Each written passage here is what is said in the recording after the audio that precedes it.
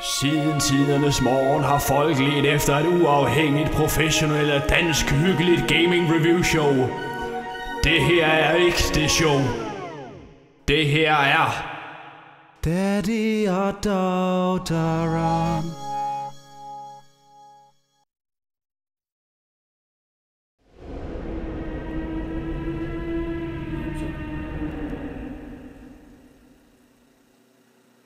Mellemrumstasten. Punktum. Goddag og hjertelig velkommen til Daddy and the Daughter. Det var navnet, ikke? Daddy and the Daughter. Velkommen til Daddy and the Daughter. Vi er ikke helt sikre. Vi leger lidt, men det kan godt være, at vi ender på det. I må gerne lave nogle comments med nogle bedre navne, nogle dårligere navne. Vi tager alt op til overvejelse. Ja. Vi spiller Primal Carnage. Fantastisk spil. Det er et nyt spil. Og hvis du kan lide dinosaurer, the shit. The fucking shit! Kan du ikke lide dinosaurer, skal du nok holde dig væk. Det her spil, det er first person shooter, third person killer. Du dræber som menneske mod dinosaurs. Og jeg kunne godt tænke mig, at vi kunne komme på utility base. Der er 11 mennesker, der spiller her. Vi er snydt lidt i forvejen. Det er jo mit yndlingsspil, så en loader. Hvor lang tid har du haft det? Vi har haft det godt en måned snart. 2 uger? 3? Og det er allerede blevet det føles som en evighed, at jeg har spillet det spil. Ja, lidt måned. Og hvad gør du for det? En god cola. Jeg tror, den var på Steam til 111. Jeg prøvede at fifle lidt. 111 kroner. Jeg prøvede at fifle lidt og købe det billigere over nettet fra Amerika. Men jeg var for noob. Så jeg købte det til 111 kroner. Ja. Her ser vi vel Nova Raptors. Det er ikke Velociraptors, nej. Det er ikke følt sig snydt. Dinosaurfans, lige her stopper vi op. Det er ikke Velociraptor, vi har med at gøre her. Og hvorfor er det ikke det, spørger man sig selv. Kan du forklare det? Ja, det kan jeg sagtens forklare. Det vil være mig en glæde, faktisk. Prøv at høre nu. Dengang Jurassic Park blev lavet, der valgte man at snyde os alle sammen. Ja, jeg har stået en gang og prøvet at fremlægge om dinosaurer kun ud fra Jurassic Park. Og nej, det er ikke sandt. Velociraptoren er i virkeligheden ikke større end en stor kalkun. En stor kalkun. Men den er altså heller ikke meget sjov i. Se nu der. Der er en anden. Der er Pterodactyls. Og it's going for you. Straight. Nej. Så skal mine venner hjælpe mig her. Og det gør de ikke. Kom så. Badonk. Og her kan jeg lige så godt give op faktisk. Og jo. dø. Det er det, Chakra-typen gør. Det er dens primære angreb. Løfte folk op. Jeg prøver igen med den samme mand. Her har vi en combat soldier. Hvad kalder man dem i skydespilgenren? Og jeg kan selvfølgelig ikke. Soldaten, tror jeg sgu. Den mest aggressive, ikke? Firepower. Det er ikke en tank. Den er ikke så stærk, er den? Nej, jeg er ikke. For satan. Men i det her spil. Prøv at se. Kan I se billedet ryste? Det kan kun være en T-Rex, der er kommet i nærheden. Jeg er nødt til at tage min musesensitivitet lidt ned, fordi jeg spiller jo næsten ikke. Nej, der er den! In the face. Du fik den sgu. Ja. In the face. Nej, se det der. Fantastisk. Fra, Vi tager lige musesensitiviteten lidt ned. Keyboard config. Mouse sense tai. Ned som en anden noob. Læg mærke til det. Op som en anden noob. Sæt den ned. Ned som en anden noob. Nå ja. Musesensitivitet. Nå ja. Det var også ned som en pro. Op som en noob. Og vi skal lige orientere os her, ikke? Gå gennem det høje græs. Og det må man aldrig gøre. Det man altså ned. Shit. Der er mange ned i knæ. Kan vi klare den alene? Nej.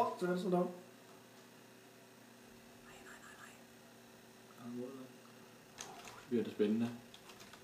Nu gør der hjertet og dunk. Vi bakker lige så stille ind her. Vi skal ikke have noget at gøre med de her. Det er en god kaffe. Er det det?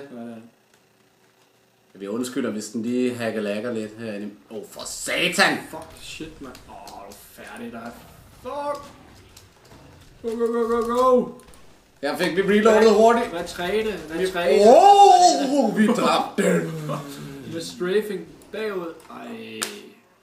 Det er ingen skam at dø til sådan en crusher der. Vi kan lige vise figurerne igennem. Ja, det må du hellere gøre. Her har vi Shotgun Man. Pathfinder. Jeg er selv døbt som Shotgun Man for at gøre det mere personligt. Men Pathfinder åbenbart. Det han gør, det er, at han kaster flares her som sit ekstra våben. Og hvad er det, de flares gør? Hvis man er dinosaur, så kan man ikke se en skid, når man står her.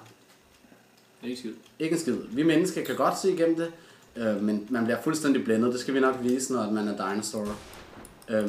Og alle har sådan en melee attack, og det her. Det var melee attack! Det er melee attack. Men han er utrolig vigtig, ham her mand, hvis man smider den her der. Det var så lidt dårligt smidt, ikke? Men her, nu har Pterodactyl fandme svært ved at se. Ej, så nu redder vi vores mand, som jeg ikke blev reddet før. Det er... Siger han velkommen.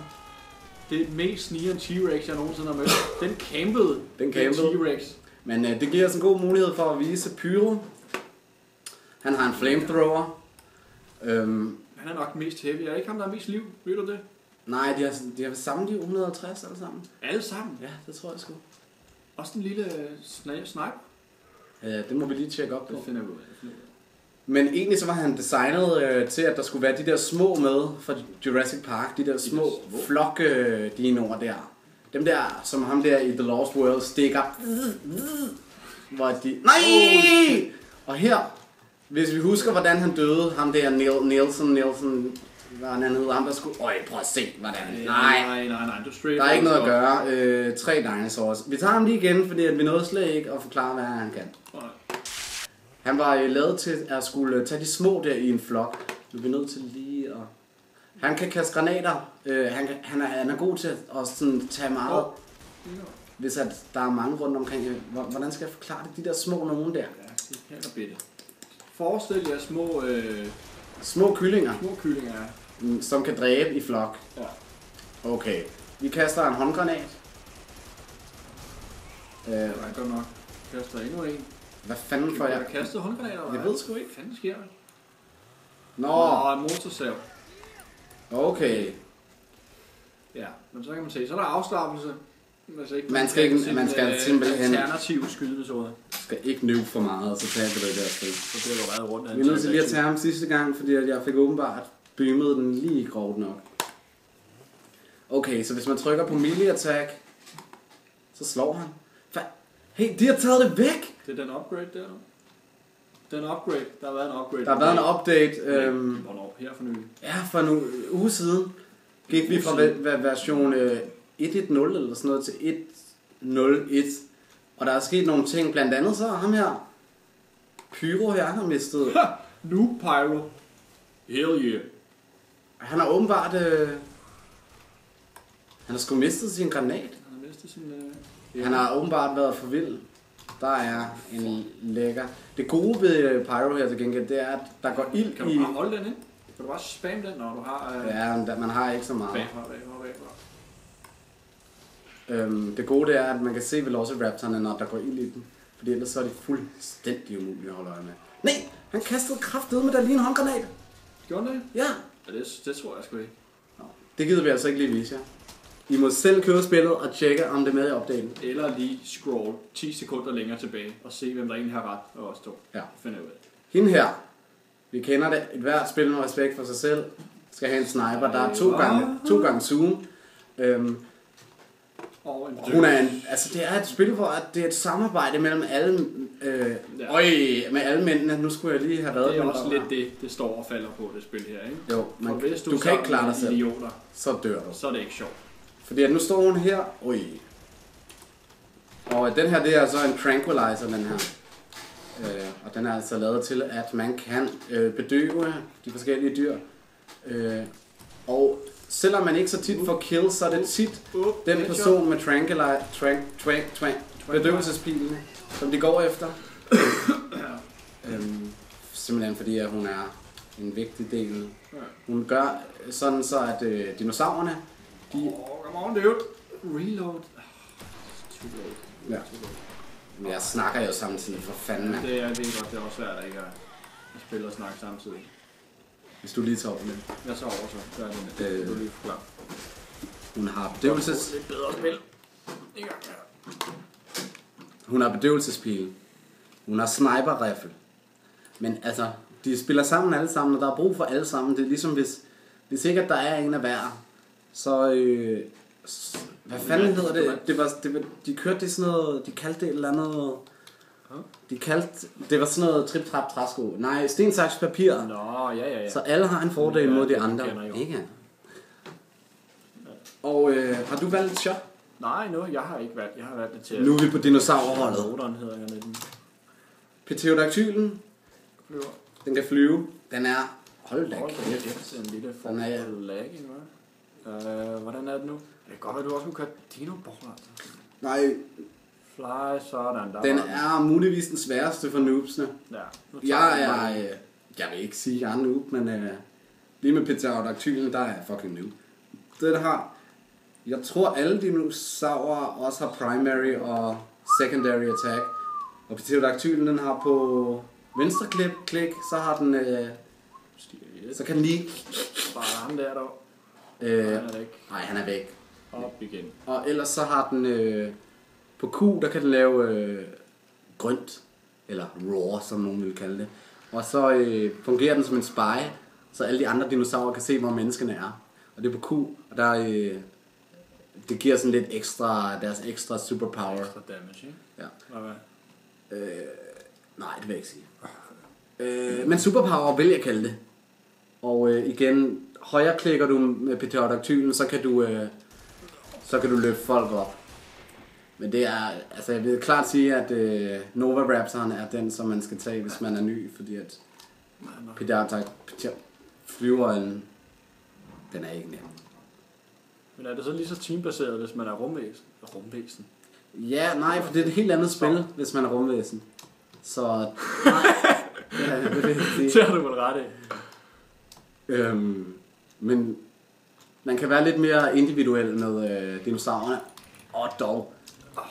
Det vil vi se, når vi har Nova Raptoren, som for eksempel har... Den er så... så evil. Men det var tæt på. Det var tæt på. Men det var ikke godt nok. Det er ikke godt nok. For eksempel, som vi så dernede, den der sprøjter det der blæk der i hovedet på folk. Den kan ikke gøre særlig meget skade selv, men den er jo totalt effektiv. Når de er lille, som vi lige så hende sniperen være der, så er det fordi, at den der bræk-dinoen, den lige har været inde og lavet sit show. Jeg må sige, at din stil er fantastisk. Det overlever der i det hvert fald. Ja. Jeg har spillet med den, altså spillet ikke så meget med den, men jeg har kun fået én gang, kan jeg bryste mig af at have nappet den. Jeg skal kræfte mig også lykkes mig bare en enkelt gang, mand. Ved at tage en. Løfte ham til det højeste punkt på kortet. Drop ham without mercy, og så men jeg spiller jo også. For fuck's sake. Og lidt af det.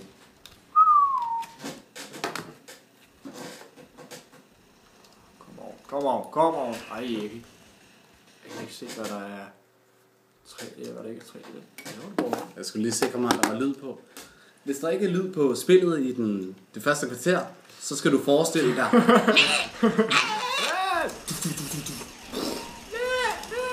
Hold kæft, hvor du overlever.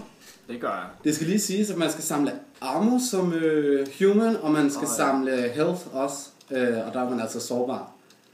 Og det samme med dinosaurerne, der skal man ikke samle ammo, men man skal ud og spise af en Brachiosaurus. Også kendt som langhalsen. Som så ligger strategisk rundt på banen, ikke? Ja. Og det samme med menneskenes health kit og ammunition. Men altså, jeg kan sige, du holder se ham der. Nej. Han er færdig. Kraftigt. Jeg er. Ja, jeg synes, du har improved dine skills allerede bare. Ja. Man skal løbe, før at man kan flyve, som de siger. Åbenbart ikke lægen. Nej, jeg sprang over. Jeg tager det. Og vi skal måske lige introducere os selv her 14 minutter inden. Det her, det er lægen, også kaldet dokteren. Det her, det er Stevie H, også kaldet Daddy. Eller farmand i gængs tale. Sådan. Og ja, jeg har en datter, jeg er ikke bare pervers. Jeg synes næsten, aldrig have børn. Jeg synes næsten, at lægen selv skulle have lov til. Skal jeg tage dinosaurer? Jeg synes, du skal have Nova Raptoren i hvert fald. Det er også det, kan jeg lide. Du er sgu så glad for. Ja, jeg er så glad med Nova Raptoren. Selvom det ikke er en helt officiel Velociraptor. Jeg er glad ved den. Jeg er glad ved den. Kan du huske, hvornår vi først begyndte at interessere os for dinosaurer? Nej, det er så langt tilbage, så jeg kan simpelthen ikke engang huske, hvornår det startede. Det har været med mig lige, altså, hele mit liv.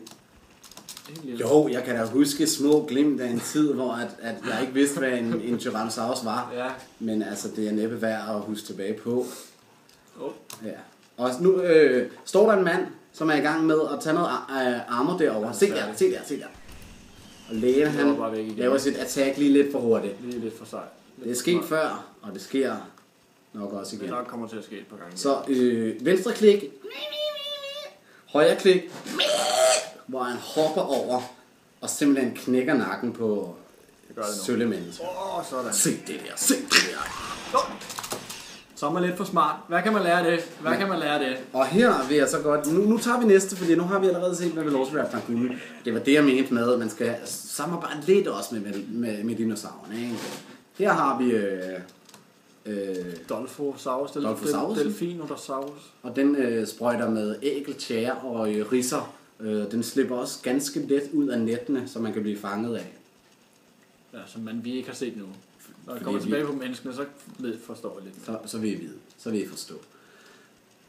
Og man skal huske her, at som jeg sagde med Pterodactylen, at når man trykker Q, så skriger den. Det gør den her også, og så vil den kunne spytte længere. Og her ser vi et udmærket bevis på, hvor langt der kan spyttes. Jeg ved ikke, hvor langt væk den anden Dolphinosaurus er henne. Men ja, vi så et andet eksempel på, hvor great den er. Jeg tager den igen. Det gik meget hurtigt. Vi tager den lige. Delfinosaurus. Delfino? Dilopho Dragon. Demofo. Nej, den sniger sig jo igennem. Ja, det er Vegeta. Han er din. Han er min. Se, der er et lille øje over ham, manden der, og det er fordi, at Pterodactylen, den har screamet over ham. Ja, og jeg gider ikke at sige flyveøjlen, fordi at hvis man er for noob til at vide, hvad en Pterodactyl er, så skal man ikke spille. Så skal du skal faktisk slet ikke se vores kanal. Så der er nogle videoer herude til højre side, der klikker du bare på den første og bedste. Og så trykker du bare videre, indtil du ender på Sydney Lee. Ja, eller jeg prøver at skrive Sydney Lee derop i boksen. Og her ser vi lægen. Desperat. Øj! Nu er han lidt af, ikke? Så er han blændet, og lægen han stikker sig af. Ja, men jeg tør ikke. Den giver også poison. Nå, det gør den. Det gør den. Så du har faktisk... Der kommer det, der hedder en dot, eller hvad? Der er damage over time. For at være helt professionel. Det er derfor, jeg er glad for at have ham med. Det er jo det, som vi kender fra.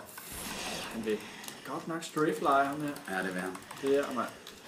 Hvis I lægger mærke til det, så vil der i løbet af vores YouTube-kanal, så vil der ske sådan en... I vil komme til at kende os, og I vil også vide, at doktoren... Han døde på en vild måde. Men han er fandme ikke noob. Hvis der er nogen, der kan de ord, så er det ham. Jeg kommer lige som Strafe. Og er en slags vismand. Værsgo, læge. Nogle gange kan man risikere ikke at få Tyrannosaurus Rex'en, fordi at den er lavet sådan, fordi den er så fucking mighty. Så hvis at der er en, der er den i forvejen, og der er jo lige en, der skrev noobs. Men det gjorde han bare ikke. Der må ikke være for mange, der er T-Rex, fordi så er det jo umuligt. Igen. Det er kun én, og det er det ikke engang, vel? Man kan ikke være sikker på at få en. Man kan kun være, hvis der er nok fjender. Ja, der skal være et vist antal fjender per T-Rex. Jeg tror, der skal være 10 fjender eller sådan noget per T-Rex. Så hvis du spiller et multiplayer game online, hvor der ikke... Desuden er det udelukkende et online game. Ja, og vi har taget vores indstillinger så langt ned, så det ikke kan komme længere ned. Altså. Ja, det er faktisk et rigtig flot spil, det her. Det vil jeg så sige. Vi har bare lortet virkelig flot. Anyways, man har muligheden for både at trampe folk ned, så dør de. Man kan spise dem, som det prøver der. Man kan bare tygge lidt ud i... hvad fanden? Nej, hvor er det flot læg. Du skal ud og have noget mad. Stuck! Ja, han fik sit hoved sat fast i en... tror jeg kan gøre igen. Skal vi prøve? Jeg tror ikke, der er andre, der har den lige nu. Det gør også, at hvis man dør, og der er andre, så kan man sidde og vente på at få T-Rex'en. Så kan man sige, jeg vil gerne have T-Rex. Alle vil være T-Rex. Og så tæller den ned, og så får man den. Vi er ret heldige nu, hvor vi laver en video, at vi faktisk kan få lov at være den så 2 gange i træk. Jeg vil påstå, at det er once in a lifetime. Og hvis du trykker Q, mellemrumstasten samtidig, så er vi ready to roll. Det er sådan, jeg starter min morgen. Så det lyder, når jeg gaber om morgenen. Og når T-Rex'en gør det, så får dinosaurerne omkring ham liv. Og T-Rexen får faktisk også som den eneste dinosaur, så får han liv, hvis han spiser menneske. Som du kan se, han er kæmpe. Han tiltrækker en masse attention. Han er et stort target, ikke? Så man dør også med ham. Her har vi den dinosaur, som jeg muligvis bruger mindst. Jeg har faktisk aldrig prøvet den, har det? Det tror jeg ikke, du har. Værsgo. Første gang lægen spiller med den. Det skal nok gå. Den her, den løber hurtigt. Helvedes til, du løber hurtigt nu, eller hvad? Ja, det synes jeg. Okay. Dens primære angreb, det er at... Den bider. Simpelthen, den bider, og så kan man trykke på noget, så svinger den med hovedet. Den smadrer folk af helvedes til. Vi bliver ved med at kalde noobs. Han skriver til mig. Det er sikkert. Det må han gøre, ja. Det er sikkert. Det må han gøre. Og her handler det simpelthen om... Camera angle of love, men jeg kaster mig også. Det var sindssygt, det der. Det var det. Det var nok lidt for dumt. Det var det. Vi er nødt til lige at spille lidt ind til næste runde med humans. Prøv lige at se ham, vi kan få mere af ham der. Måske lave bare et enkelt kill med hver dinosaur. Altså, der er i hvert fald forskellige liv, kan jeg se. Ja, dinosaurerne er forskellige. T-Rexen har 2000 i liv, og her har vi kommandoen på 1100. For fanden, ej nu. Jeg kunne ikke se min egen dino. Den var gemt under. Jeg tænkte, hvad sker der, mand? Der er en plante, der bevæger sig. Det er mig. 1100 har den her, og så har vi Nova Raptoren, den har 250 i liv, lige 100 mere end menneskene. Og det her, det er jo hit and run, den skal videre igen. Den skal videre igen. Så kan du lige vise de kære seere, hvordan man spiser. Hernede til venstre under dinosaurusen, der har vi energi. Det er simplistic. Liv, det er det røde, og det er corpse. Og så kan I se, hvordan det bliver fyldt op her. Fantastisk. Slaps. Hold øje med, at der ikke kommer en eller anden bagfra. Og det er faktisk noget, man ikke kan, når man er menneske. Man kan ikke holde øje. Og folk er indtil videre utroligt dårlige til at have ens ryg, når man henter forstærkninger. Her så vi lige, hvad den røde flare den gør. For dig derude, spol tilbage og tjek det ud. Det var fantastisk, hvad den gjorde. Spol tilbage. Jeg synes, du skal vise den med Nova Raptor. Nova Raptor, den kan jeg også godt lide. Det er jo vores yndlings, og jeg er sikker på, at det også er de fleste. Den er dræt. Look at that evil.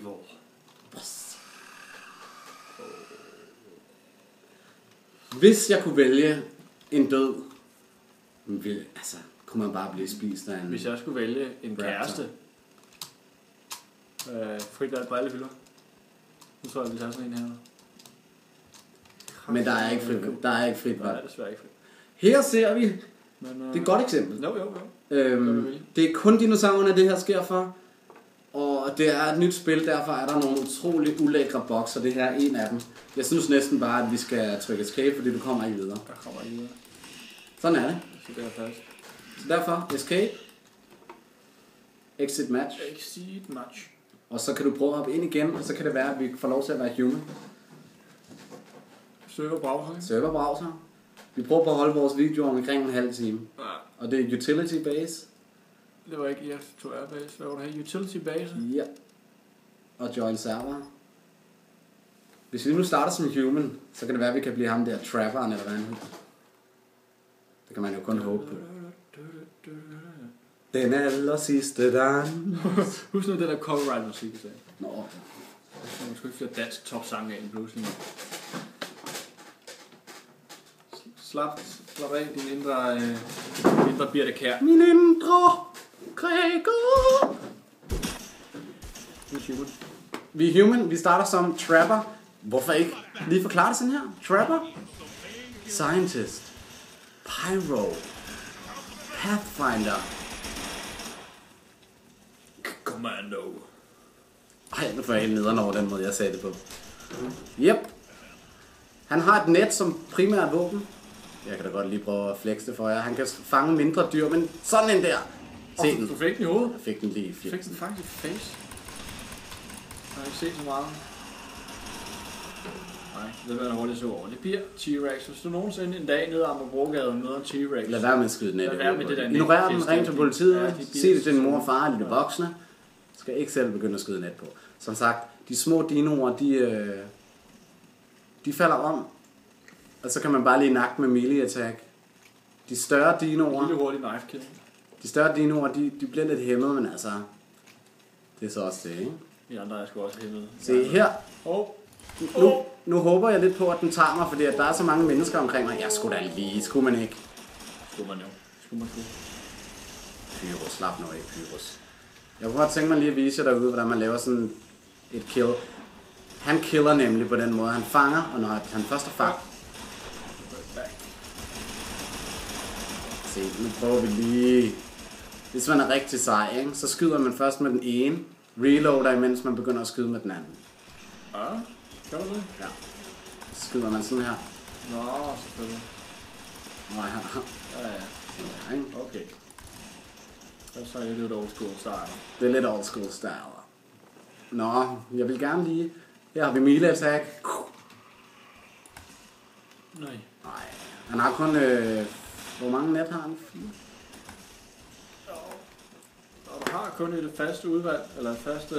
kan du så hen og reload op? Ja. Hen ved boksen. Det er ned af jo. Nej, så kan jeg ikke engang dræbe den. Jeg skulle bare have haft et kill, mand, så ville den være fucking færdig.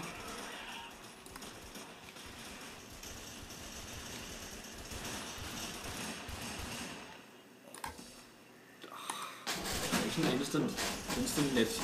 Det her, det er som at skyde med buepil, ikke? Det er bestemt ikke... Oha, så kom den lille Nova Raptor. Grunden til, at de ikke sådan lige kommer til angreb, de der Nova Raptors, det er fordi, at de er simpelthen... Holy fuck. Den fik jeg! Han tog et kill. Nej, det var dig. Ja, jeg fik det. Når der står 100% kill, så er det fordi, at Steffi fik det. Også selvom lægen spiller. Shit.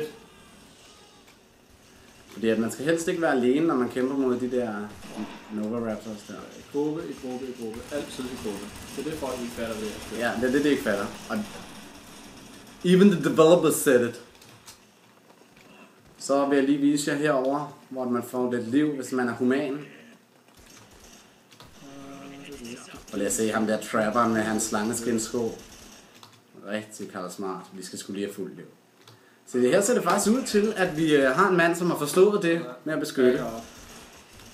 Jeg vil nu ikke beskytte nogen, men i stedet selvisk løbe ud og... Det er det, der er galt med det spil her. Og tage lidt Folk armor. som ham, der sidder og gamer. Men jeg skal jo lave et fucking review, altså. Ja, jeg synes, det var også rigtigt. Så nu bliver jeg nok højst sandsynligt angrebet fra en Velociraptor. Ja. Og her...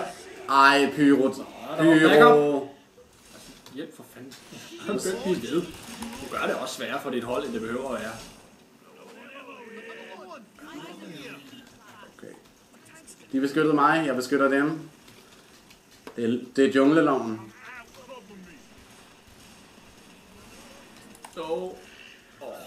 Ej, den var ikke reloadet. For guds skyld. Ja, ej, jeg fik den. Hej. I så det, lige så vel som jeg så det. Nej, det var. Så jeg bliver lige der. Nej, jeg hopper lige over og nakker. Det er noget. Altså, når de kommer en dinosaur mod så mange mennesker, så kan de lige så godt bare gå hjem. Og jeg vil ikke engang sige det, fordi det er en YouTube-video. Men man kan gøre visse ting, og det er sådan... Så gå hjem og så den dæk, altså. Ja, okay. We do that.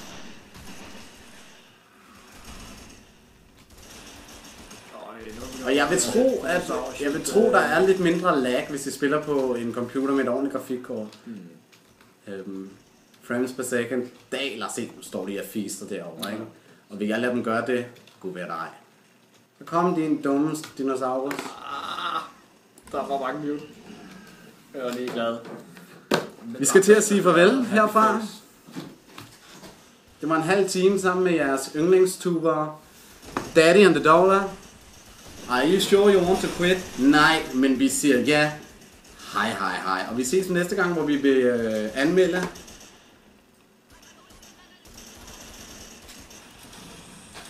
Eller andet fucking random shit. Det er true. Skriv bare Google random. Så er det første. Det er sandt. Farvel derude. Hold det ægte, til vi ses igen. Eller til vi ser os igen.